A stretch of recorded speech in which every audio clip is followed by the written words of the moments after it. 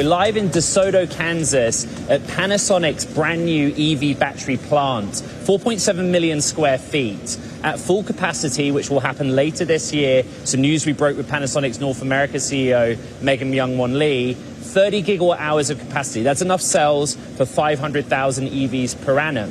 One of the key customers, Lucid, and Lucid CEO 𝗪𝗓𝗓𝗡𝗖𝗧, interim CEO 𝗪𝗓𝗓𝗓𝗧 is with us now. This is a significant moment for you as well because it's your first domestic supply of cells. Reflect on that. That is true. Yeah. So currently we're getting our battery supplies either from Japan or from Korea, depending on the supplier. And Panasonic is a great partner for us. We decided 2.5 years ago to make together this investment here and to localize the production, the cell production here to Kansas. It's not just volume supply. This is 2170, but yeah. My understanding is there was some co-engineering to make this as good as it can possibly be. Explain how that works. It's a great collaboration between our engineering departments and their engineering department. We bring in a lot of experience on what the cell is supposed to do in real life, and they make it happen with chemistry and with all of the parameters of the cell. So it was really great collaboration, and that we also then are able now to produce this here locally, obviously in the current climate helps us a lot. How do the economics of the DeSoto Kansas made 2170 stack? I know that you love charts and spreadsheets as much as I do, but you must have done that analysis. Oh yeah, absolutely. I mean, what's it like? I would say we wouldn't have done it if it wouldn't be economically feasible or beneficial. As I mentioned before, we made that decision not just recently. So tariffs were not on the radar screen at that time. We did that decision 2.5 years ago. And at that time, together with the 45X incentive, the tax credit, the economics make sense. I still have to say, and I hope that Panasonic hears that there's some room of improvement.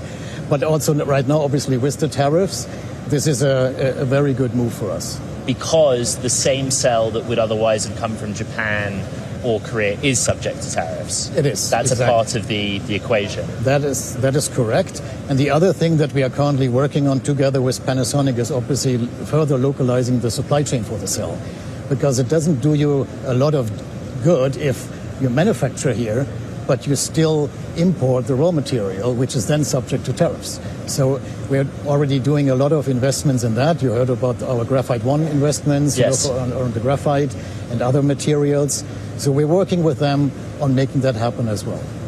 Mark, I've covered Lucid for a number of years. This is the first time you and I have spoken, and I'm grateful for your time. Your predecessor, Peter Rawlinson, had a very simple argument. Yeah. Lucid had the best technology on the hardware side and software, battery management system. Yes. And even though your journey started in the premium segments, that you would scale to volume because you would just say, this performance and range in this pack, we can just scale it down, make a more affordable version. Have we hit that inflection point yet? Well, I mean, we're about to. Everybody knows by now that follows Lucid that, we are very, very strongly working on our mid-size platform. Right. Which is a, smaller platform, also from a price point perspective, more in the $50,000 range, and not where we are right now. And that's when we really hit that inflection point. But with the Gravity that we are ramping up right now, we're already expecting to have much higher numbers that we had in the past. Right. I think, there's a lot of work to do in the second half of the year to reach 20,000. Yes. What role does the DeSoto plant play? Will you be able to get hold of cells from here for vehicles sold or delivered in this calendar year? No, not yet. Okay, not yet. So that is something for next year.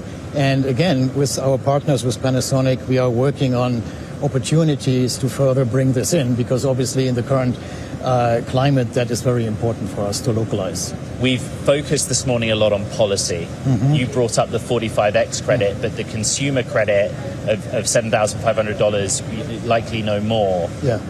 What can you do in that environment with the vehicle? Are you able to pull forward lower price point variants? Are you looking to just appeal to the premium segment on an ongoing basis? Well, first of all, when it comes to our current vehicles with the Air, it might not be widely known, but we are the best-selling vehicle in our segment, the best-selling EV, and we also were in the second half of last year. In the beginning of this year, we were the best-selling vehicle in the whole segment, including ICE vehicles. So the Air is actually doing well, although the numbers are obviously, when you look at the broader scheme of things, are not that high yet, but that's because of the size of the segment. Right. With Gravity, obviously, we're now reaching a different scale, and we're still ramping up the production, and as you said, we have to do quite a lot in order to get to our target for this year. But it's going well. We're unclocking some of the blockages that we had in the supply chain, and our plant really, got into the groove to create the vehicle. So I would say the inflection point of having really economics of scale is still a little bit out. We're still more appealing to the higher price segment. That's what we have. And I mean, in automotive, you cannot just decide, let's put out a new, cheaper variant next week. It takes years to implement, to plan, to engineer, to validate. So that's sometimes a little not well understood, that manufacturing and building great cars is a long-term game. And you have to build also economics of scale over time. It's not something that happens from one day to the other. But I'll hold you to it. 20,000 is realistic this year with the time left to you. We're in a quiet period right now, so I cannot really talk about it. I suggest you tune in our earnings call on August 5th. I will do. And you will definitely hear about it. And the mid-size platform is on track for next year. And the same applies to that as well. We're working very hard, but on August 5th there will be news on that. The other part of Lucid's history was the idea of partnerships, manufacturing partnerships, licensing technology. Has that idea changed given the political environment? No, actually, no, it hasn't. So, as a matter of fact, and I said that in the last couple of months, and everybody honestly, understandably asked me, okay, where is it? Where is it? Again, those things take time. And particularly in the last couple of months with the uncertainty of the tariffs, I have to say, many of the people we had conversations with, they have other issues. They have pressing things to solve right now. In the last quarter, we also on top of that had, the magnet shortage, which actually halted production for several players.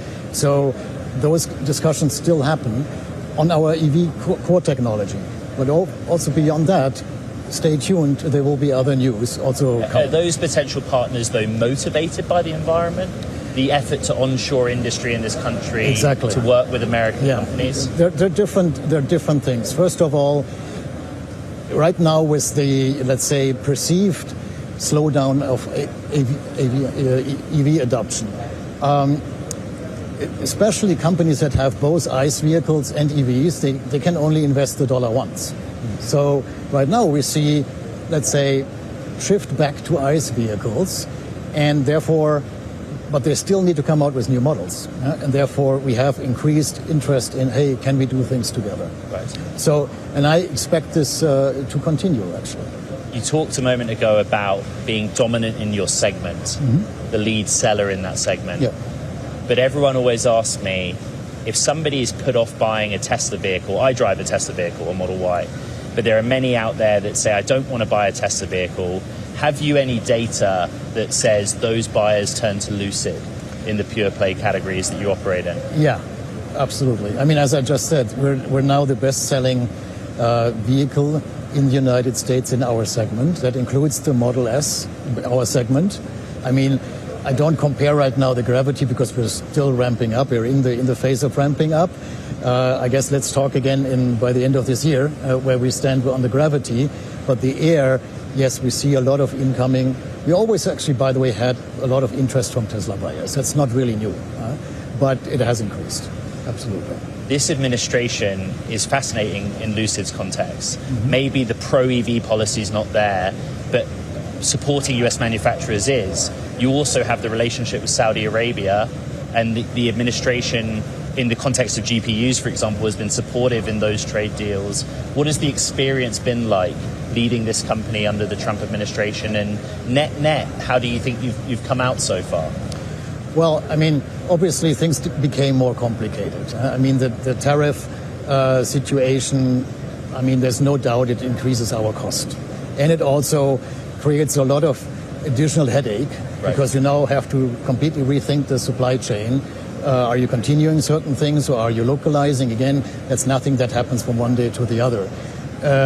We are doing okay when you compare to other players in the industry, also from the cost increases, particularly because we build everything right now in the United States. And we build all of the vehicles, our key components, they're all built here in the United States. Having said that, we are hit by obviously raw materials or let's say tier 2 suppliers that we have to import, and we have to pay tariffs on that. So it's not that we are not impacted, but we're less so than others. So yeah, I mean, it's something we have to work with. And for us, it's also because we are a pure EV manufacturer. We believe in the future of electrical propulsion.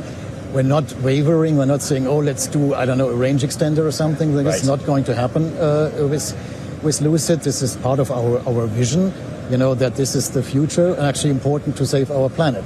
So we will find a way through this. But also I have to say, for the American consumers, vehicles are going to be more expensive under the tariff regime. There's no other way around it. There is, yes, you can say, oh, you just need to localize. Well, yes, but that still increases the costs because there's a reason why the supply chain is so global, because certain things are either not available here in the US or are just very expensive, so you import them. And if you change that, you still have higher costs here in the United States, which means manufacturers like us, or actually any manufacturer, has to increase prices. There's no other way, unless you want everybody to be non-profit organizations, which then would lead to no innovation, no technology leadership. And I think that's, in the current climate globally, it's the last thing we want. The cost of doing business in America. 𝗪𝗜𝗧𝗛𝗧, Lucid's interim CEO, one of the core customers at this Panasonic DeSoto, Kansas plant that is due to hit full capacity this year.